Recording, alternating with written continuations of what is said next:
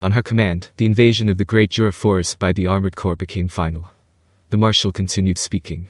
This alone is not enough. If we are to attack Dwarven, we'd better put pressure on them from eastern. I'll leave that up to the Mixed Corps. Together with the task of defending our capital, you, the commander of the Corps, will be responsible for its formation. Understood. Yuki was about to argue but caught himself. Judging from the tone of the Marshal, her decision was non-negotiable. Instead, the remaining Corps commander, Gladium, spoke up. Please wait.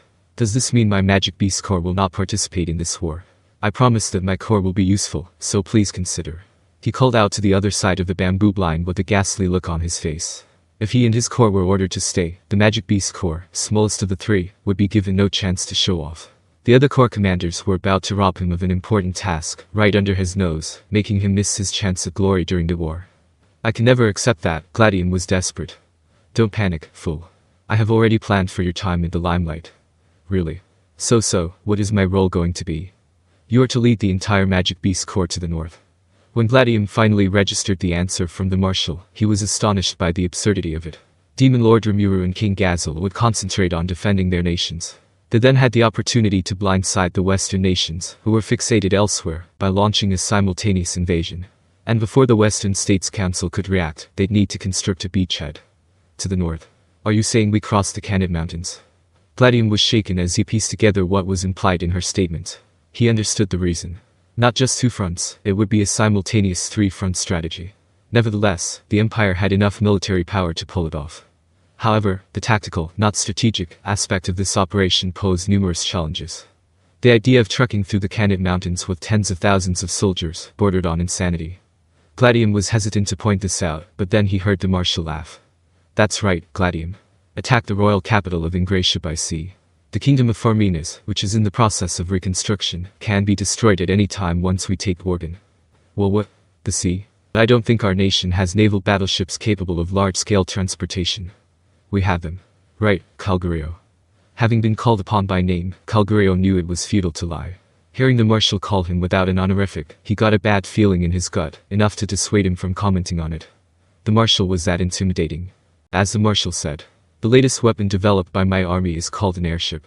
With the support of the Air Assault Division, which uses this state-of-the-art weapon, transporting the Magic Beast Corps is feasible.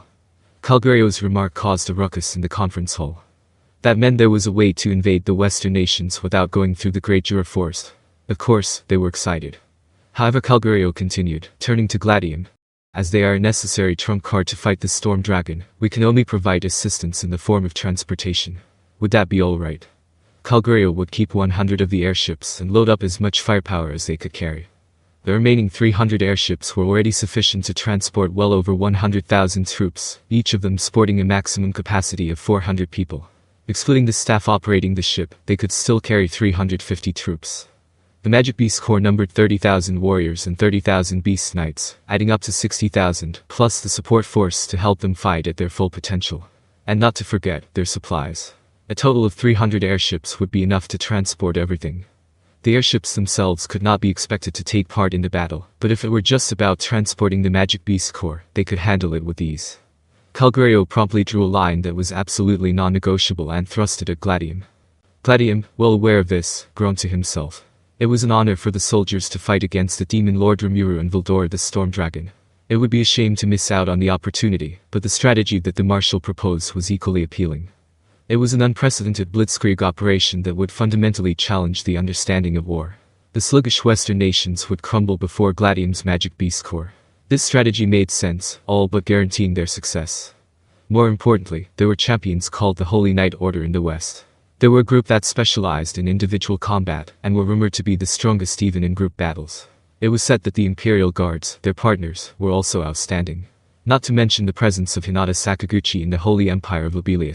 She was virtually the strongest knight and served as the head of the Imperial Guards, as well as the commander of the Holy Knight Order. Her reputation was heralded across the lands, reaching even the Empire. However, there was a rumor abound that she had recently tied with Demon Lord Rimuru. If that were the case, the so-called strongest knight would be no match for Gladium, now that her spirit was lost. He would tear apart Hinata's champions and trample the holy capital. Gladium felt the beast's blood flowing through his veins start to simmer. That's great. Beast King Gladium roared. If you can transport us to the battlefield in one piece, let's go with that plan. His agreement further jacked up the excitement in the grand conference hall. We will win. We will definitely win. Victory belongs to us, the Empire. Long live the Emperor.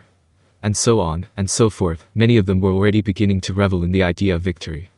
As if responding to their fervor, Calgurio made Gladium a promise. Going by sea, you can give the dragons a wide berth. Rest easy and leave it to me. This was one of the plans that Calgurio had in mind from the beginning.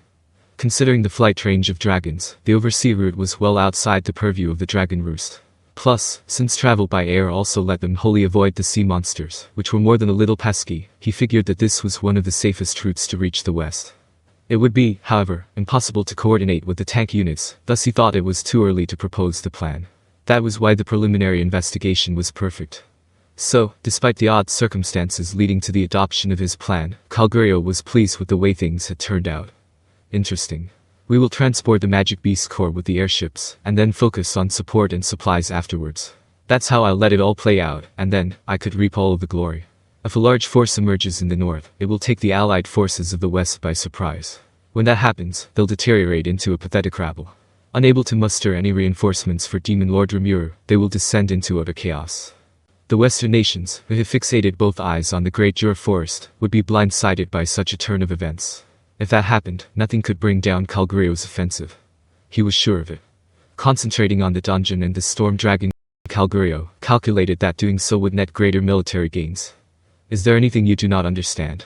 The Marshal asked. No, ma'am. I will, in consultation with Gladium Dono, draw up a strategy that will accomplish our task. Once you drop us off, we will show our enemies just how pitiful they are. Dumb. Well then, Yuki added, I shall have to make a show of force against the Dwarven King. Once the war engulfs Central, there will be no further movement in Eastern, the Marshal said. However, do you mean to imply that we can rule out retaliations from bloodthirsty dwarves? I already know.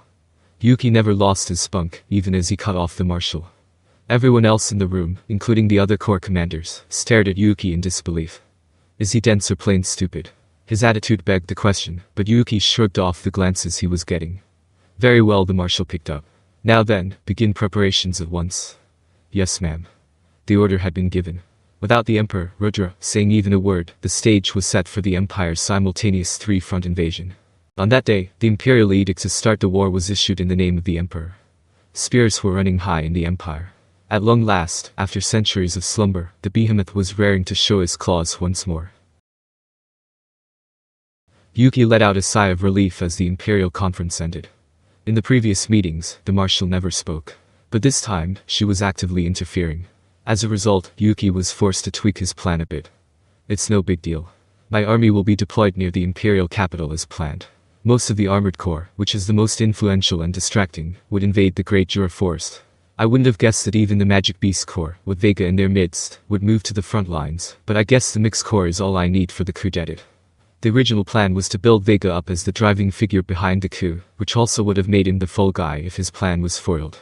Of course, Yuki's troops would support him behind the scenes. Rather, Vega was a diversion, and Yuki intended to take charge of the actual work. He had no choice but to scrap the plan, but in the grand scheme of things, it didn't matter much.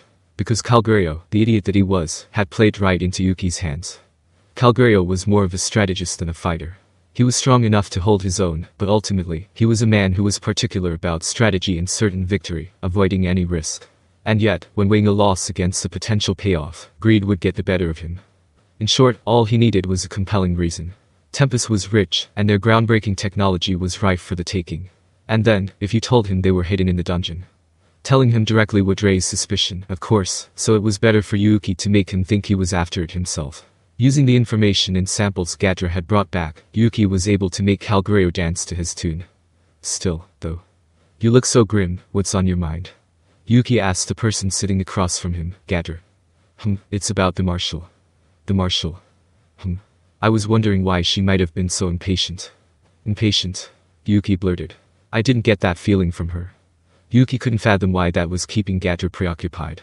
To him, it was neither here nor there, but something about it was plainly bothering Gadra. Ah, Yuki murmured. I also thought about it during today's meeting, but she was quite the monster.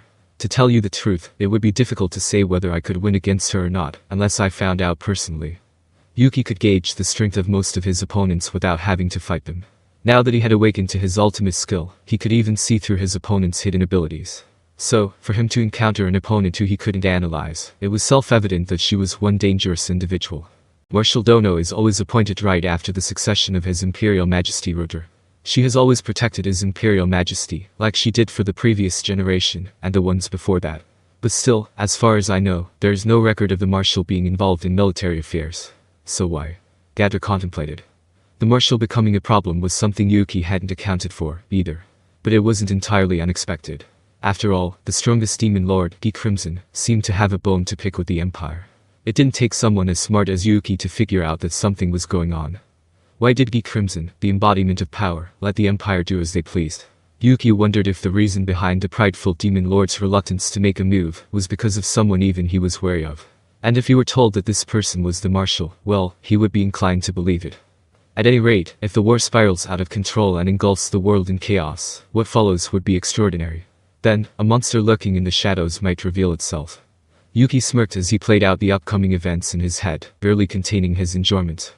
Gadra sighed as he watched Yuki indulging in his fantasies, but alas, there was nothing for him to do about it. Changing gears, he decided to talk with Yuki about their future plans. So, Yuki, things are on the up and up on my end. Now that my cause for vengeance against the West has disappeared, I would have preferred to avoid war, nonetheless. What do you think that self-centered attitude will achieve? You've been encouraging war for years. Well, I can't deny that. Gadra was, by and large, a selfish man who never cared about what others told him. As long as he and his beloved friends were safe, nothing else mattered to him. Indeed, he was a great mage, but he was no god. He did not pride himself on being all-powerful, and had a clear understanding of his own limits. That was exactly why he desperately insisted on avoiding war, viewing it as his final service to the Empire.